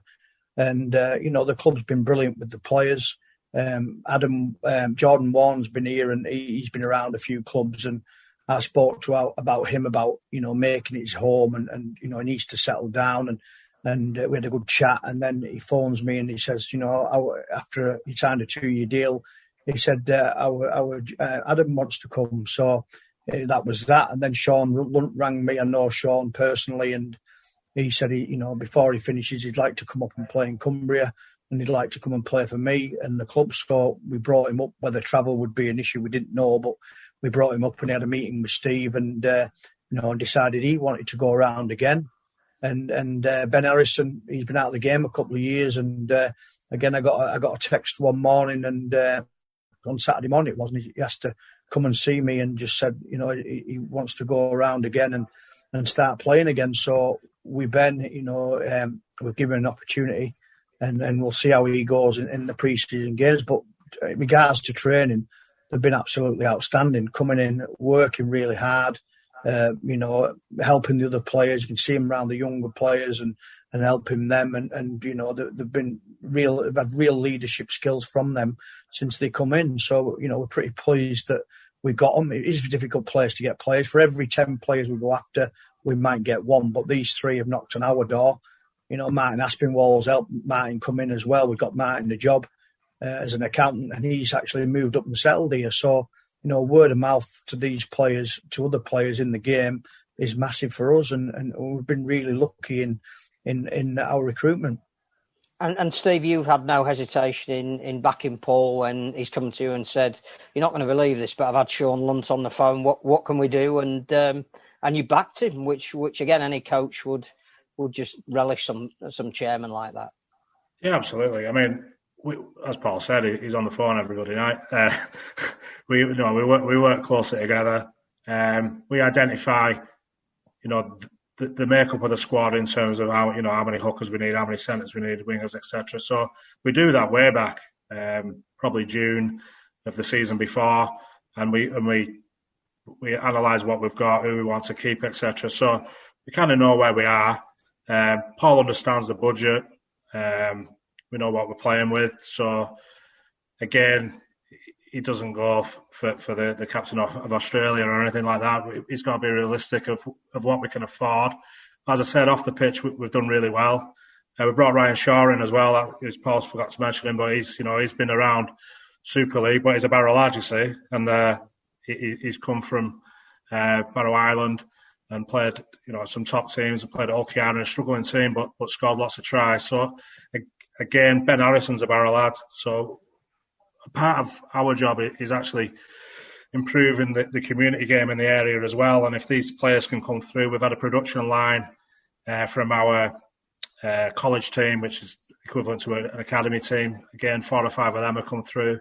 Strong amateur game. So again, they've come through. So that makes it a little bit easier budget-wise to back Paul when I get phone calls from 1 or 2, star names really. And Ben Harrison's played for England and Ireland. Sean Lunt's played for England. Adam Wallen's been around Super League for a long time, as has Ryan Shaw. So we're delighted to back him. But we feel that we're at least a championship club. I've got ambition more than that. I don't see any reason why we can't be the answer to the Cumbrian. We couldn't be the Cumbrian solution to the Super League question, really. And we've got a lot of work to do, but we've made tremendous strides in the last 2 or 3 years. And part of it's going to be on the pitch, but we've been doing some great work off the pitch as well. And I'm really, really ambitious. So let's get us started, let's promote it, let's get the top end of Championship Stage 1, and then let's see where we are and go from there. No pressure then, Paul. You've got to get this team into Super League then in 2 years. Yeah. That's a 2 year. Well, I just thought I'd put that in there. Yeah. The thing is, Steve, he's got a vision for the club, and probably before we come in, it was probably 80% rugby and 20% business, but that's flipped on its head a little bit now. And we're roughly looking on a par of what we're doing on and off the field. The community is unbelievable what they're doing in the community. And it started with Joe Bullock. I think a few years ago we started that with a woman called Nancy McKinnell. She helped me and Joe, and we got Joe in a few schools, but they've took it on tenfold now with Siona and Dennis Fair, who's ex-headmaster that's turned numerous schools around in the area. And Steve's got a great vision of where he wants to go, and he's like a steam train. Nothing stops him. But he's honest as well. The biggest thing is honesty for me, and he's pretty honest, and so are all the other board, and they'll tell you how they feel. We have good open meetings, and it's and probably Barrow. It's not like coaching another club. It's all about the community, and like I say, Barrow lads coming back to play that've been at top level, and wanting to come back and play for the club, and it's massive strides from us on what we're trying to do, and we'll burst out on the scene, whenever it may be. It might be this year, it might be whatever, but we'll eventually get to where we want to go. I can just feel it, and there's a bit of a buzz about the place. One of the challenges, Steve, in this hopefully soon to be post-COVID world will be getting people back through the turnstiles. Obviously, first with reduced numbers, but then as many as we can get. What's your aim? What are your strategies to get people back through the turnstiles? Well, it's just so disappointing that last year ended prematurely, because we had big plans then, and they're probably going to be repeated, really. But we're definitely targeting the youngsters in the area. We had 12,000 season tickets distributed in South Cumbria last year, and that's going to be repeated. But we're going to target the whole of South Cumbria and the Lake District. There's a tourist market there that's untapped, really. There's only so many walks you can do, and so many trips on the lake you can do. And if people are here for a fortnight, I want to get in the hotels and such like, and I'll bring them down for free. I want to show them what Rugby League's all about. Some people who have perhaps never seen the game, some I don't know if we're allowed foreign tourists this year, but that'll be the long-term plan, just to get people down into Barrow. There'll be new fans to the game, and I want our attendances to totally explode. I want to work with sponsors, and there may well be an amount of free tickets going around, but I've been to Toronto And I know Toronto, for whatever reason, haven't made the start line this year, but they were a fine example of building a crowd from absolutely nothing. And when I went over there in, just the week before they got promoted, before the playoffs, we went over, there was 10,000 in the ground, and 10,000 people cheering on a team like Toronto after 2 or 3 years of existence. We've been around for 140 years now. We need to make inroads and build our crowds back up. We did have big crowds there, big-ish, 80s, obviously very big 50s, but the time is now for us to re-establish that, and that's our number one KPI for me anyway, is to grow the crowds. If we grow the crowds, everything else will happen. The team will improve, the sponsors will come, the broadcasting deals will be better, we'll be on TV more, because everyone likes an atmosphere in the ground. So that for me, I've been trying to educate the board of where our focus is, and it is absolutely growing crowds. And I think that's the vision of the RFL as well. Crowds have got to grow. It's interesting how you see your identity, because clearly you're linked to Cumbria. You've said you think you can be the answer to the Cumbrian problem. You're talking about the area of the lakes. But actually you are geographically the only team that is in Lancashire. So are you making a conscious effort to change your identity in some way to appeal to a new audience? Well, officially we're in Cumbria. We've been in Cumbria since 1972 or whatever it was. But yeah, we've still got an LA postcode. A lot, me and Paul were both born in Lancashire, but born in the area. So we're hybrid really. But I think most people have come to terms with the fact that we are Cumbrian now. So I mean, it doesn't really matter what the borders are. The fact is that there's an untapped market there, and we want people to come and watch Barrow Raiders, from as far east as Kendal, and let's get tapped into the Milliman above, and get the people down to Craven Park and enjoy Barrow Raiders and enjoy Rugby League really. So I'm not too bothered whether I'm Cumbrian or Lancastrian or whatever, but I just want people to watch the team. In terms of attracting them in the first place, how does streaming work for you? Because clearly it's a vogue topic at the moment. It's a way of perhaps generating some revenue before crowds are back in. What would your strategy be on that? Would you offer some games for free, even if it meant that you weren't getting income? Or do you think you have to start by charging a nominal fee? What would be your ideal, do you think? Well, obviously, if it's behind closed doors, I mean, that decision's already been made. There is a cost that the RFL are imposing, through the hourly channels. I think it's £4.95 on the day, and £4.95 early bird, £10 on the day, I think. So that decision's been taken out of our hands. But I'm a big believer in getting our product out there. Sky TV have had the rights to the Championship, but only really showed the Blackpool Bash and the playoffs. But I believe we've got a fantastic product below Super League. And if you could go almost down like the old Rugby League Raw type programme and behind the scenes and such, I think we've got something that could be sold. But I'm happy to get it out there. It's a big secret sometimes how good Rugby League is. And for me, I don't care about, affecting attendances in that way. I don't believe that. It hasn't harmed Premier League football by having wall-to-wall coverage. And the early days in the early 90s when Sky came along and the Monday Night Football and Super Sunday and all this, and, gone other days of 2 games on Match of the Day on a Saturday night. So it didn't harm football, and I don't think it'll harm Rugby League. And I think I don't think you can get a bad game with Rugby League. I can watch under 8s, I can watch an amateur game, I can watch League One, I can watch Super League or State of Origin. All the way through the ranges, I still think it's an entertaining product. And I certainly believe that League One has got a lot to offer. And I want to get it out to as many viewers and as many people as possible. And if they enjoy the product, they might end up at one of my turnstiles the week later. Barrow still holders of the League One Cup, the iPro Cup, because it hasn't been played for since you won it, Paul. That was an entertaining game in Blackpool. What are your memories of that one? Yeah, I thought it was a great experience for the lads. We just got off a flight, I think, from Toronto on the Monday, Tuesday morning, and we had a bit of jet lag, and we went into that game pretty cold. And I think we'd played Keighley midweek Leeds Rhinos, got on a flight to Toronto, come back from Toronto, so it was a hectic schedule. But I think we had nearly 1,000 Barrow fans at that game, and we managed to pip it back end of the game. So, and I think we should, it was a good spectacle for TV. We played in the Championship Big Bash as well, which is a great experience for the players and on TV, and it comes across well on TV. There's some great characters in the Championship, some old stages and some good young players. So there's a recipe for a good product, like Steve says. But we've got to market a little bit better, I think, the game in whole. I mean, Super League's coming back in a few weeks, and there's not much there to say. We're talking about at work today. People asking me when Super League's back, it should be all over the place. And I think if we can market Championship and Championship 1 and start showing it, I think people will start watching it. Do you think the Championship is 2 divisions within one? I mean, clearly we've seen the teams that wanted a Super League franchise and some of the signings that they've made. And as you say, the quality in the Championship will be exceptional this year.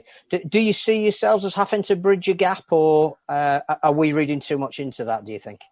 I think it's a financial thing. I think you can go in with a healthy squad, but a small squad. And like I think we were 3 points from staying up, drawing with Sheffield, things like that. But it was injuries that got us. And at the time, we weren't in a financial position to sustain or bring players in to keep us in the division. I think if we had been, which we are getting to that point now, we probably would have stayed up. And that's the same with a lot of the teams. You're around that bottom 4 or 5 year in, year out. Sometimes, or with a bit of bad luck, you can go down. And the year before, we managed to stay up, beating Leigh and Tudors. Even last year when we went down, or the year before, we got beat by a point at Leigh, and you get Championship 1 teams going there and getting beat by 60-odd points. And, the star-studded these teams and spent a lot of money, as it's shown, getting the Super League. So it's the financial, constraints that hold you back, I think. But if you can get your finances right off the field and everything right off the field, then you've got a chance of staying up, and that's what we're trying to do.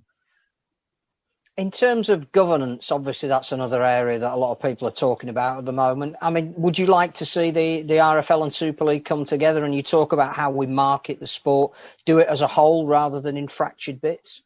Yeah, definitely. I think it should be the whole game. I just think as well in the Championship, I think we got 200 or 150,000 when we got promoted, and the teams at the top of the Championship are getting 750,000. So, you're behind the 8 ball to start with, and you're building a squad later. If everyone was on the same amount of money, the pool of players will be spread out evenly across the board, and you get a more even product. Just for example, we went to Featherstone last year, we were star-studded, unbeaten in the competition, in the Championship, and we got beat on the bell there, where we could have had a penalty later on in the game to get us 2 points to get a draw, and we're there or thereabouts. It's just the financial constraints hold us back when, if it was a level across the board, so everybody in the Championship got the same money, I think personally should be 2 divisions, Super League and the Championship, like the old, when we used to play, it was a stone's bit of Championship and the Championship below. And I think we maybe could go back to that and have a bigger pool of games and have it televised across the board. But again, it's the money side of it that needs balancing out. And I think over the next few years, if Sky reduce what money they're putting in, I think it might go a little bit to an even keel. And in terms of things like developing the club and new audiences, how important are things like a women's section, PDRL, LDRL? Some of the clubs we've been talking to are conscious of the fact that their offer needs to be as wide as possible. Masters Rugby League, I know is very popular in the Cumbrian area. Are you looking to expand the club that way? Yeah, well, I think Steve can answer that one. Yeah, absolutely. That's all part of our development plan with the community. We've been working very closely with Barrow Raiders. They've had games at Craven Park, and obviously the pandemic stopped that. But they were due to play some games last season, and our relationship is becoming closer and closer with them. Watch this space really on that, but things will develop with Barrow Raiders. Masters again. There's a strong Masters game in Barrow. 3 or 4 teams have sprung up. We've had games again on our pitch, so we've got a very, very strong relationship, probably as good as ever. Paul probably agree with me with the community clubs, and Masters is all part of that. So we've been putting a development plan together to not only grow Barrow Raiders, but we acknowledge that we've got to grow the game in the area. So not just Masters, not just ladies. We feel, there's a place for tag. People could be put off by rugby league because it is intense, it is tough, even at kids level. But if we offered them a tag, we would keep people in the game, and it's enjoyable. So there's got to be a way to play rugby league for everyone. It's not just about the physicality of it all. It's a fantastic game. So we're trying to get our numbers up in any way we can, and we're working very closely with the district league to increase those numbers, and ladies, masters, community club increases, small-sided games even, 7 aside, 10 aside. If some of the teams are struggling to get, regular 17-man squads, let's just play 10 aside and build ourselves back up. And so, as I say, we've been working closely, but we've been putting together development plans. We've also got a vision of an academy and a Super League academy at that. And we don't want to pillage the game locally. We want to build the game up so that, they can afford to lose, 20, 25 quality youngsters, and they'll be better for the experience. Some of them will become professional players, and some of them will end up back at the community clubs playing National League rugby. So we're all over everything like that, and I think that's where we've made strides in certainly in the last couple of years. Our man Schofield always tells us about the strength of the game up in Cumbria, Paul. How important are those links between the professional sides and the community clubs? Massive, really. I mean, we're running a Jets programme for kids, and we've got 185 kids on the programme, which is massive for us. And then we have a game-based programme for over 16s to 17s, which probably have 36, 38 players on that. And then we have academy running, which is under 19s. And from that, I think we've got 32 players signed on for that. So the junior section of our club has been massive. We've signed a player every year from the academy. Ryan Johnson was the first. He's got the number 7 shirt at the club now. Jake Carter, another one that's come through the system. Adam Ford, who was at Wigan as a junior, and then he come back. We signed him.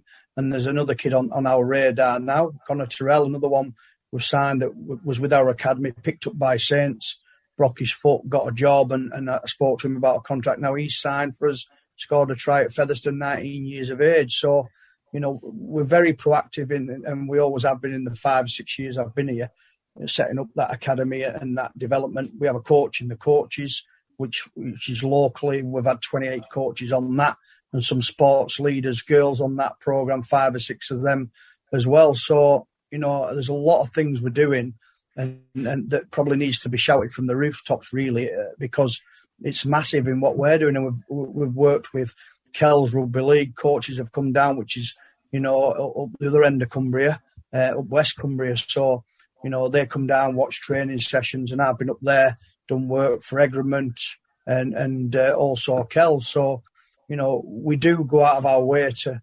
support Cumbria. I've coached probably Cumbria amateurs, and I've coached, the current coach of the Cumbria professional side. So, I'm well versed in Cumbrian Rugby League, and you've got to understand it. It's vast, the area. So for me to get to Whitehaven is probably an hour and 10 minutes to work it into an hour and a half. But it's still a close knit community. I know all the coaches up there. And I get on with them all, and they ring us for advice and stuff. So, really good. In terms of facilities, how's the ground looking? Is that part of your plans as well, to develop that at some stage? Yeah, absolutely. We probably acknowledge that's, one. I'm not saying a failing. It's perfectly adequate for Championship rugby. 5,000-6,000 capacity. But if we have got ambitions to go higher than that, then we need to either improve what we've got or to consider a new venue, and both of those options we're talking about at the moment. So that there's nothing firm in terms of a new ground, but we are talking with the council officials. There's levelling up funding that's coming, north-south divide, etc. And 25 million's found its way into Barrow for development, and there could well be some more on the horizon. So we're working very closely with the local council at the moment, and they're proactive in terms of wanting a facility, a stadium, fit for the 21st century. What we've got was opened in 1931, so probably close to 90 years, isn't it? So since it was open, so and it's showing its age at times.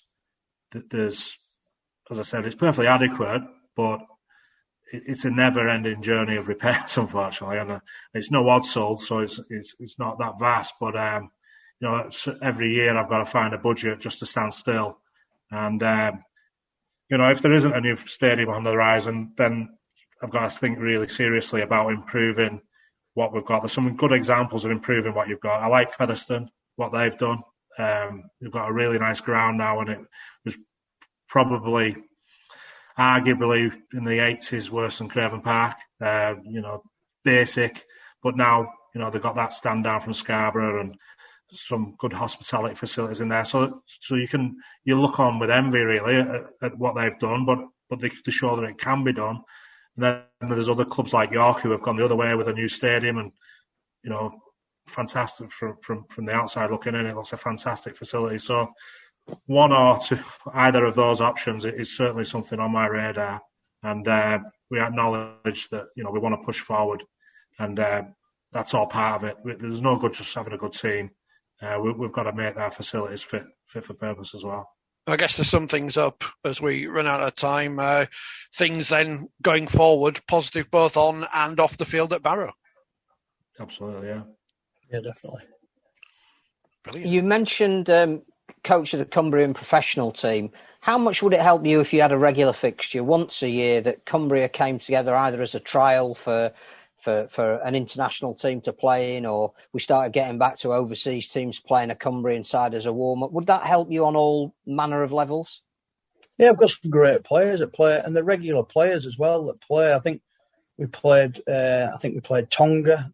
We beat them with Fuimoima, HP, and Folletti Matteo, all them in, and then we played England for the Gary Purdom game after the shootings. I think there was 6,000 in, where we drew with England 18-all. I think we played America before they played England at Craven Park, and we beat them 72-0. Matthew Elliott was the coach there. That was a mixture of Championship and Championship 1 and Super League players playing for us. Carl Amor, Eddie Gardner, regular players that turned up. I think Eddie, before we played England, he didn't get picked for the grand final, one of the games, phoned me up and said, I haven't made the team. Is it all right if I drive up tomorrow morning to met the team? And so I think it was against England he played that game. So, we've got a great bunch of players that are close-knit, and we pulled off some great results. The only time we got beat, I think, was England Knights, and I think we threw intercept on 67 minutes, which took the game away from us. So we've been very competitive, but we seem to get a game when there's a World Cup warm-up on or things like that. But we are capable of we've got players. Morgan Knowles, I know Morgan personally, he's killing it for St Helens. Players like that, Calais, all the lads we've got, the Lunty and all them, they could go and play against any team, in the world and put on a show. So we'd like a regular fixture, and I think it'd be great if Yorkshire, Lancashire and Cumbria played, around robin mid-season, to promote the game in different counties, so the counties can come together and get to one venue, and would get some huge crowds. And the more we do them sort of games, the more the game will grow in Cumbria, in Lancashire and in Yorkshire. And people will have an affinity with supporting Cumbria, with supporting Lancashire and supporting Yorkshire, rather than just supporting their own team. Excellent stuff. Paul, Steve, thank you very much for your time this evening. Very best of luck for the season on and off the field. And hopefully we'll be seeing Barrow in Super League in a few years' time. Yeah, okay, thank you. Thank you.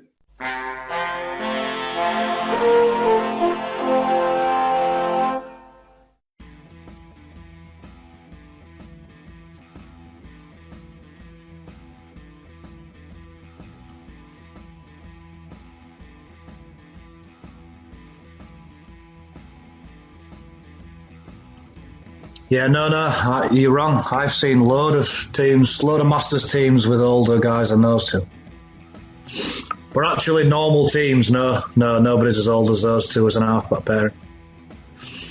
No, they are. They still. I know them personally. I know I've played alongside both of them when I was playing myself. But yeah, they are. They're good guys and they train well.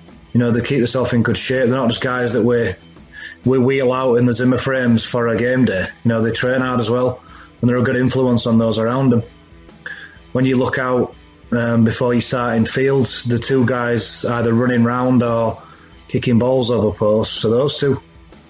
So they're such a good influence, and they make my job a bit easier, really. When you're bringing in younger lads, unproven guys, they can just look straight over at those two. Be dead easy for them to just clock in, clock out, pick the money up and go, but that's not what they're like. You know, that's why they're still going, because they look after themselves. They still go hard in training, and they're really good for what we're about. And obviously, I know they can't go on forever, but before lockdown, there weren't many halfback pairings that were doing as well as them, and it remains to be seen whether that enforced time off will be a help or hindrance to them. But going off pre-season, they're both in good condition. Both look good when you do the opposed stuff, so I've no reason to think they'll be any worse than last year. They're not getting any younger, obviously, so that never helps. But yeah, listen, they're both good guys to have around, and they set a good example for the younger guys and everybody. So at the moment, they're such a good influence for us.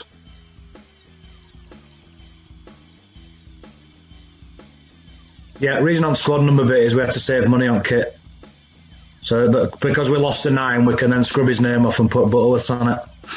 No, we obviously Dom Speakman's a really good player, and he was really good for us. But just through COVID and his gym opening and closing and people leaving on him and stuff, he had to just concentrate on that. He couldn't commit to doing pre-season and playing a full season. So we had to act on that one. Such a vital position for you. So when I started looking around and inquiring, I noticed that he weren't getting a look in at Huddersfield. I wasn't quite sure why. So once I inquired, I worked out he didn't quite fit in the plans, and then we moved and acted on it. And he's in a similar mould to Dom. He's not just a guy that'll you won't notice, where he just makes 50 tackles a game, passes the ball on. He likes to try things and do things. I think Finney especially would be good for him. Sort of picking and choosing when you play some of the players that you might do, rather than just doing them all the time. Maybe that's where he's fallen short a little bit. He's maybe trying too hard when he gets the opportunities. But just as he's kept training week after week, he's got better. He's been a bit more selective on when he plays and when he runs and stuff like that. But he's certainly got something about him, that's for sure. He's already got a good highlights reel, because he tries quite a lot. But he's got some really good skill, like his passing, kick out of dummy half, and he's got a knack of scoring and creating stuff. So we've got another 9, Sam Day, who likes to score. Really good runner. I think those two will complement each other well. I think Reese is... the thing I like about Reese is it's not just he's played 1 or 2 Super League and that's it, and he's just an academy guy. He's played at Batley before, and he's already played at this level and shown he can do it. And I think I like that part of it, rather than just getting an academy lad who you're never quite sure what they're going to be like against blokes. Reese has already proven he can do it.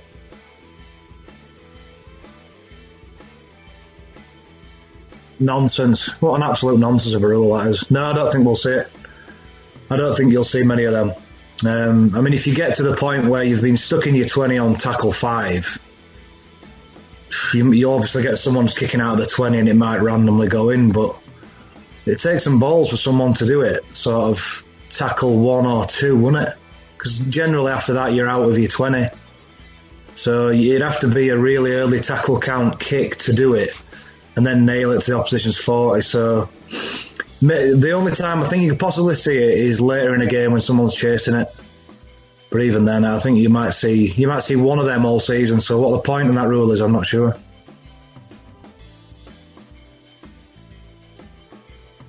Yeah, I mean, we didn't want that one really. If you're looking at the draws, you didn't want London, West Wales, or any Cumbrian ones. You just didn't want the trip up on the bus with your face masks on, all spread out. But that's what we've got.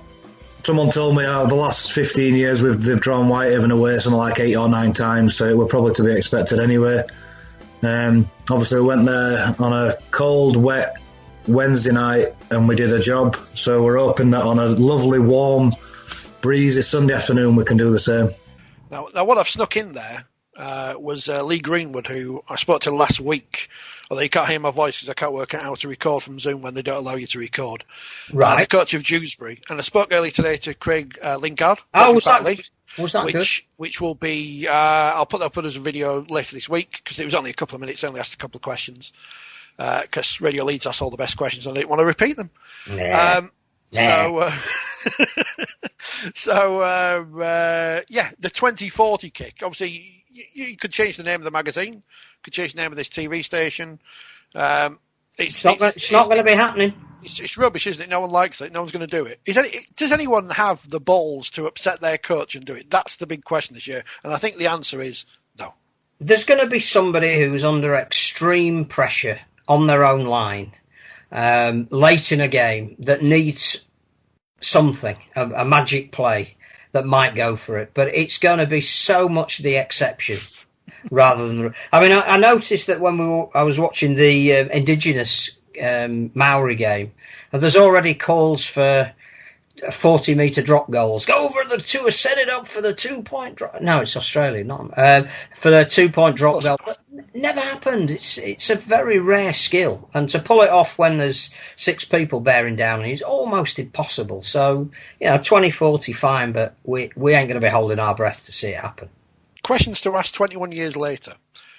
The World Cup in 2000, right? The New Zealand Maori. I remember. Yeah. Why wasn't there an Australian Indigenous team in the World Cup if we had the Maori in there? Well, we had an Emerging Nations World Cup, and Bala played, which had already been well emerged as far as I could tell. So, who knows? Rugby League. Making it up as we go along since 1895.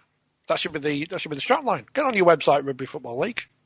You can have that for free. Yeah, you can have that one. And what we should do is actually sue the Australians because obviously, one, we know that we owned the trademark to Rugby World Cup. We gave it up, didn't we, or whatever happened. But we used to call our competition, because I've been looking through some old programs again, in the 60s, the Northern Rugby League, the NRL. That was us. There you go. Let's get some money off the Australians. Peter V'landys, pony up. Yeah. Pony up your cash. Yeah, get your wallet out and pass some over. So, I mean, I hope we don't upset the RFL, but we can upset the Australians. That's all right.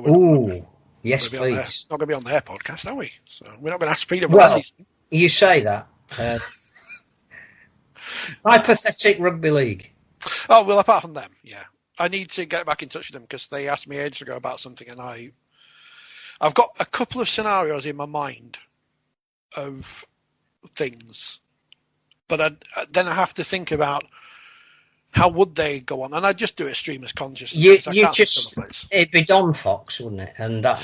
Well, I've got 3 now because I've thought of another one. So there's that one, but actually that's easy because eventually the money runs out and it goes on from what happened. So that doesn't change anything, sadly. Although we would have won, both. The double, yeah. So that would have been good, but I don't think it changes anything. So then you've got either, what if they all merge? What if Super League goes ahead with the teams that were planned? What happens then? So that would be one. Other what if scenarios. What if John Lomu had signed for Wakefield in 2000? Would have gone skiing quicker.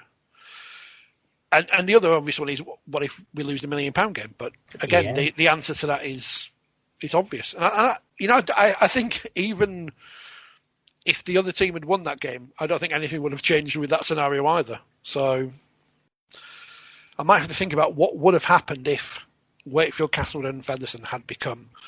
So you've got 3 teams in the Wakefield district. You call them Wakefield Trinity and see what happens from there. But I have to get back to them and think. I'm sure I can think of it. It's great. Is it what if? What if?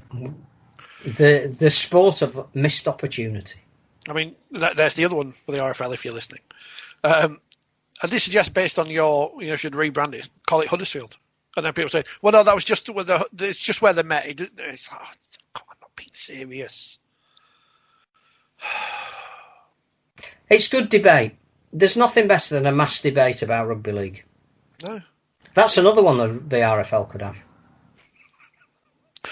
If you're listening, RFL Marketing Department, we're available.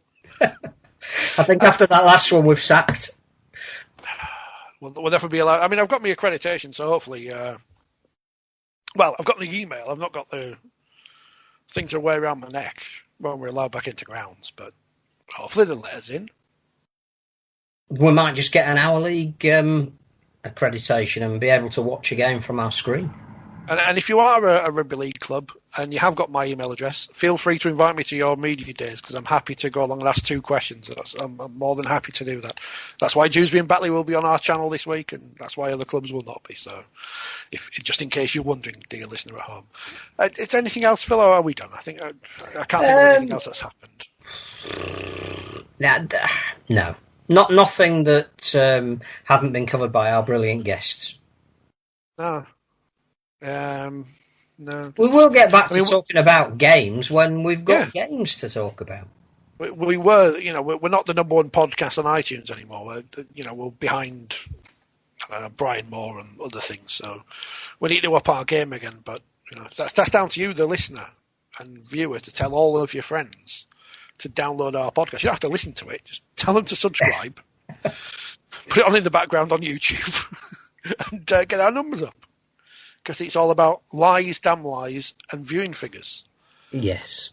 That's how it works. And when the viewing figures come out for the NRL All-Star game, and as Phil said, about 4 people watch it, and you think, well, but it doesn't matter. People need to get into their minds that the NRL, as much as we know it's the top level of rugby league in the world and whatever, it's like Super Rugby, brackets Union, like the basketball or whatever. It's just filler. Just fill around Sky. Jonathan Thurston's picture is not on every wall in this country. He could walk into a pub if only they were open and have to buy his own drink. Unlike Gary Schofield. I'm assuming he's been ringing you. How is it? Oh, he's planning the first party on June the whenever it is. Going to barbecue. Yes, bring a bottle. Socially distanced. He's had his latest operation, which went okay, and it's being monitored over the next couple of weeks or so, and seems quite sprightly for the young fella. Well, the people want to know. You see, they are concerned. They say, when's he coming back? I mean, last week they're saying, "Oh, it's great, Mark's back." Now where's Scully? Yeah. Now this year they're saying, "Oh, where's Mark? Bring him back." You can't have everything. He's at Ellen Road tonight. He's at Ellen Road. Well, they've won. Have they? Yeah, I mean, so that it's. The other week, when the boxing fella lost and Leeds United lost, it was like, doom and gloom. And now Leeds United have won, so they're back again. Back. Yeah, until next week. And we'll be back probably next week. I'll have to find some guests because I haven't got any booked yet. But we'll get some people on. We'll talk rugby league and we'll enjoy ourselves. Because what else is there to do? Exactly. Buy the magazine, and we'll Thank you for all of the people that read a feature in The Guardian this week about Rugby League magazines and subscribed on the back of it. That is extremely muchly appreciated. But I would like to dedicate this programme to Matt King. I know we started with it. He's at the forefront of a lot of people's thoughts tonight. He's a bloke who made the difference. And if you are fortunate enough to come into contact with him and listen to his astonishing story, then we will miss him, and people like him, particularly at this time. The book did go out of print. I think now there'll be some serious discussions that we have to bring it back because it's the least we owe him.